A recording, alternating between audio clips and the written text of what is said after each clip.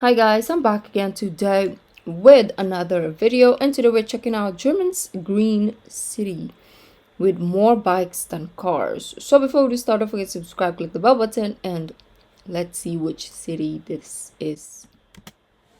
This is Freiburg im Breisgau, a city in the Black Forest. Breisgau. It's often referred to as Germany's green city. It's a city with more than twice as many bicycles as cars and over 400 kilometers of bicycle lanes. It's a city with a lot of trams and amazing pedestrianized streets. Over the past few decades, Freiburg has become a leader in modern sustainable urban development, and they're building an absolutely amazing city in the process.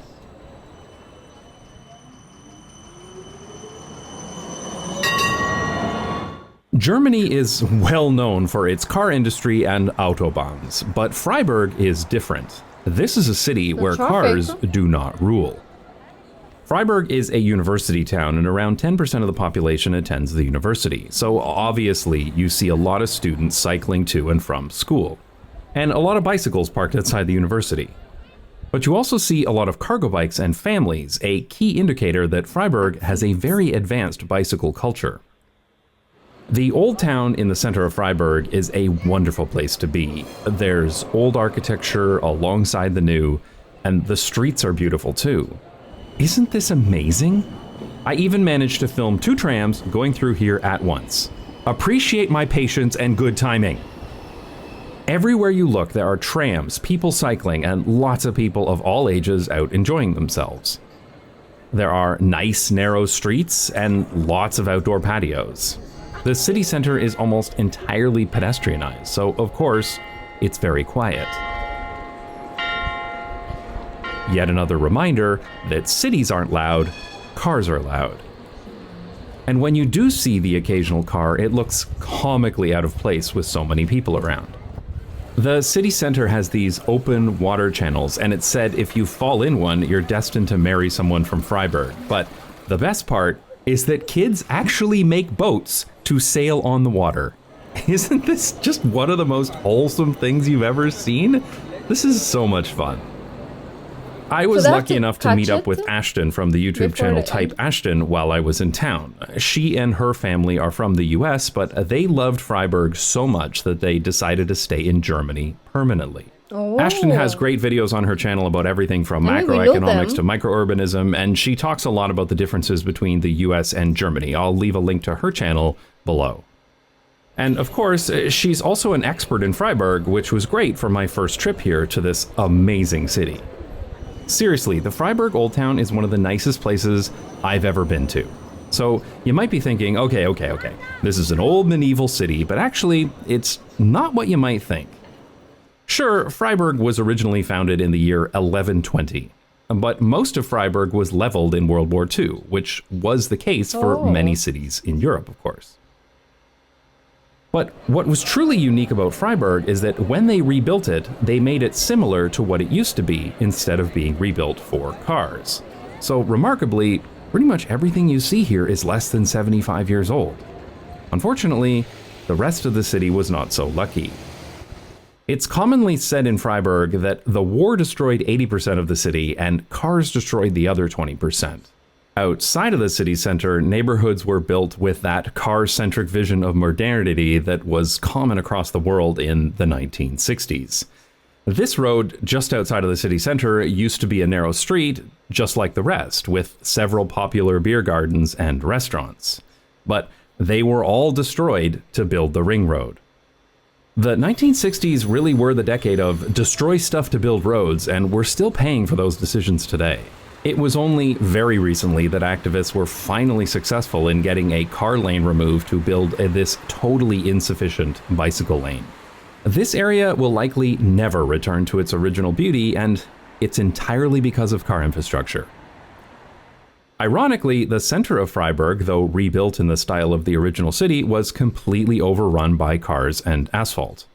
Look at this difference between this footage from 1973 and how it looks today. This pedestrian square used to be a parking lot. Oh. Now parking for the city center is in garages on the periphery. There were several key decisions that put Freiburg on the right path and avoided the destruction that comes from making a place car-friendly. In 1972, the city voted to keep its tram network. This had a massive impact on the Freiburg we see today. There's one consistent thing I've seen in cities all over the world. Every city that retained its tram network has better urbanism than any nearby city that didn't. But Freiburg went a step further and actually expanded its tram network through the 80s and 90s, while other European cities were removing theirs.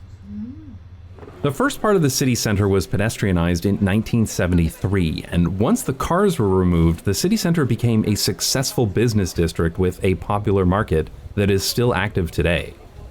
The market surrounds this beautiful cathedral, and it's one of the genuine highlights of the city center. And of course, this used to be a parking lot too. In the 1970s, there was a growing environmental movement that protested any developments that would destroy the neighboring Black Forest.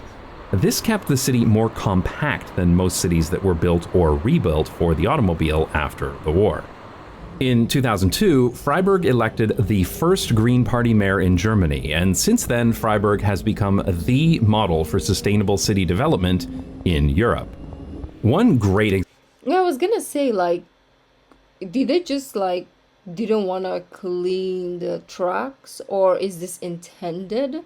The greenery on the track and around the track, it's beautiful. Like, this is the first, like, green track I've ever seen in my entire life. Maybe there is other places, but I've never been, and I've never seen. This is the first time, so I was like, maybe they just didn't, do their lawn. The city just was like, yeah, we'll leave it. But I think it's intended, right? Of this is Vauban, a suburb completed in the early 2000s that was designed to be environmentally friendly from the start. The buildings here were built to a very high energy efficiency standard, and you see solar panels on roofs and balconies all over the neighborhood. Some of these buildings even generate more energy than they consume. The neighborhood was built on the location of a former military base, and some of the apartments were built from the original barracks. One really unique element is that many of these apartment buildings are collectively owned. A group of people would come together and build an apartment building themselves instead of buying units from a developer. Today, the majority of residents in Vauban live in housing cooperatives or social housing developments. When Vauban was first built, only about half of households owned a car, but remarkably, that number has actually decreased, especially after the tram line was completed in 2006. Today, the vast majority of households in Vauban do not have a car, and there are only about 170 motor vehicles per 1,000 inhabitants. I wonder if these old clunkers count towards that number. The name Fake London. You don't have to walk around very long to realize that a lot of people get around here by cycling. The person who named it is like, you know what? Until today, I don't believe it's a real place. I feel like not just bikes is the one who just makes this joke. But the person who named it, if it's real, right? The person is like, you know what? I cannot think of any other place. Like, I cannot come up with any other name. The only thing that I can think of right now is London, or maybe we wanna make this place look like London. Since it's not London, we're gonna put Fake London. They didn't even try to spell it wrong, like LA instead of LO, right? They were just like, we'll call it Fake London. Like, cannot care. Even though this is a suburb on the edge of the city, the neighborhood makes extensive use of modal filters, allowing people walking or cycling to pass through while being off limits to cars. This is exactly the same method that the Netherlands uses to discourage car traffic, especially through traffic in residential neighborhoods. This makes the streets of Vauban very safe for children, and you see lots of kids out on their own.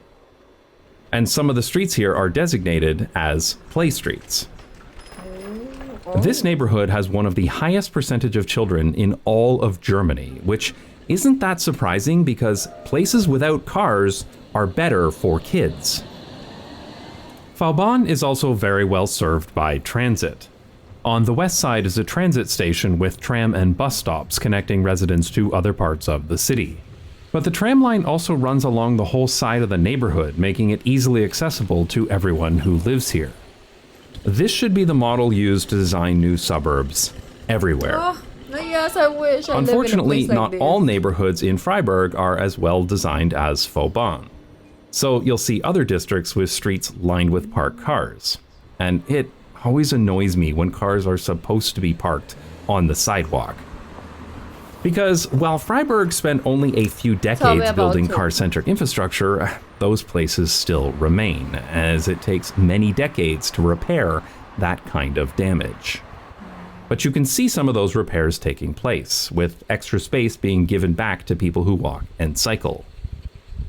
There is, of course, a lot of bicycle infrastructure in Freiburg, including many curb-protected bicycle paths. Unfortunately, even major intersections are totally unprotected, designed in the Copenhagen style as opposed to using much safer Dutch designs. And there are still many painted bicycle gutters and dangerous merge lanes on busy roads. So clearly, there are still opportunities for improvement. But many of the streets in Freiburg have so little car traffic that dedicated bicycle infrastructure is not required. And some of these have been designated as bicycle streets, where people cycling can use the whole street and drivers need to yield to bikes. And it's always great to see parking spaces converted to outdoor seating for local restaurants. Now, there's a lot that's been written about the cycling infrastructure in Freiburg, but I actually think the tram network is one of the city's best features. Freiburg refers to its tram system as a Stadtbahn instead of a Straßenbahn, the usual German word for tram. This is because they consider it to be better, with separated tracks, traffic light priority, and a higher average speed than most tram systems. The trams in Freiburg are very modern, with level boarding at tram stops, making the system very accessible, though there are still some older trams that have yet to be replaced. The tram network covers most of the city and even goes out to several suburbs. And the current planning rules state that new housing cannot be built unless it's within walking distance of a tram line. I didn't even cycle while I was in Freiburg because if I have a choice between cycling and taking a tram, I will take a tram. I was able to get everywhere I wanted to go, and I never had to wait very long for a tram either. Because the trams have a signal priority and a dedicated lane for most of their routes, getting around by tram is extremely quick and efficient. And there are so many grassy tram tracks here. I love grassy tram tracks. Also, I like the new tram and bus station at Europaplatz, with chargers for the electric buses. And the roof of this station is covered in solar panels. In fact, the entire tram network, as well as all of these electric buses, are run off of renewable energy because, of course they are. Freiburg is not a sprawling city, so it's very easy to get out into the Black Forest. We heard there was a great view from a cable car nearby, so we set off to visit. We took tram 2 out to the end of the line in the south, where we picked up a bus. We had to walk all the way from the tram right here. Oh, yeah, so great. I know this is just a silly, trivial trip to a tourist attraction, and this trip doesn't really matter at all, but this is the way public transit should be everywhere. Yeah. Not just for the center of the city, not just for commuting. Can we hire, what's his name? This is my guess, Mike, right? But I doubt it. Can we hire him to be our spokesperson here in the Philippines for this type of like transportation? Because like their excuses, especially for our city, you live in the mountains. Excuse me, look at as if Europe doesn't have mountainous place and they have like trains as transportation, like Singapore, Japan, as if they don't have mountains. Well, yes, we are a mountainous region, and probably it will be expensive. Not probably, it will definitely be expensive. But instead of filling your bellies with pork and beef and chicken and beer, maybe you can not donate, but you can use it to good cause, as it should be, to create a transportation system that is efficient to the population. Maybe? Do you think so, Philippines? Okay. Taking taxes for no reason. Okay. What does your property tax do? I think I've mentioned this a billion times for people outside of the Philippines. Let me know down in the comments, because when I asked, nothing. They said, oh yeah, it goes to the project in the city and whatever. Sure.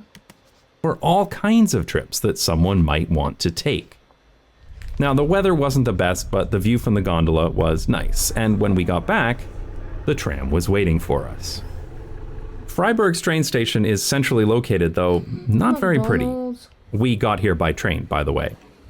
And while the road directly outside of the station is not as nice as it should be, there is a separate area above the station where you can board a tram and go into the old town without interacting with any cars at all.